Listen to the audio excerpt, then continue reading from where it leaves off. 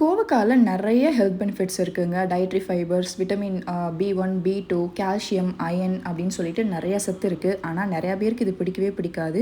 இந்த மாதிரி செஞ்சு கொடுங்க. கண்டிப்பா விரும்பி சாப்பிடுவாங்க. ஒரு பேன்ல 2 டேபிள் ஸ்பூன் அளவுக்கு கடலெண்ணெய் ஆட் பண்ணிக்கோங்க.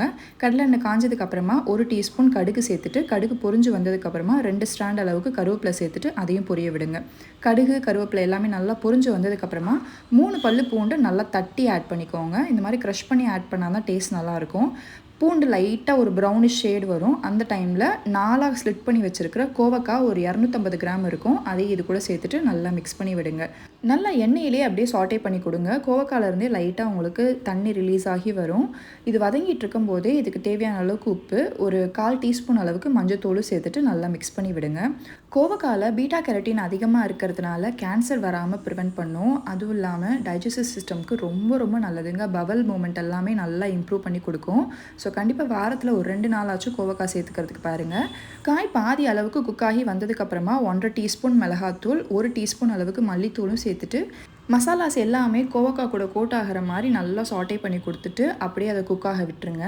நீங்கள் அப்பப்போ கிளறி விட்டால் போதும். கண்டினியூஸாக அந்த மாதிரி ஸ்டிர் பண்ணிகிட்டே இருக்கணுன்ற அவசியம் இல்லை.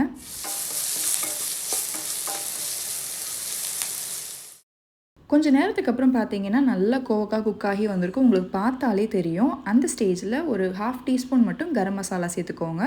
கரம் மசாலா நான் வீட்டில் அரைச்சது தான் யூஸ் பண்ணியிருக்கேன். கரம் மசாலா எப்படி வீட்டில் அரைச்சி ஸ்டோர் பண்ணுறதுன்னு சொல்லிட்டு ஆல்ரெடி வீடியோ போட்டிருக்கேன். அதையும் பார்க்காதவங்க செக் பண்ணி பார்த்துக்கோங்க. இது எல்லாத்தையும் நல்லா மிக்ஸ் பண்ணிவிட்டு ஒரு 2 நிமிஷம் மட்டும் சாட்டே பண்ணி கொடுத்துட்டிங்கன்னா சூப்பரான கோவக்காய் ஃப்ரை ரெடி.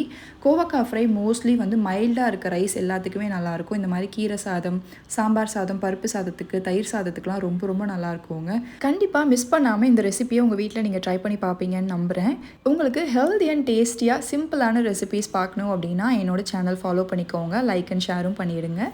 வேறு ஒரு சூப்பரான ரெசிபியில் பார்க்கலாம்.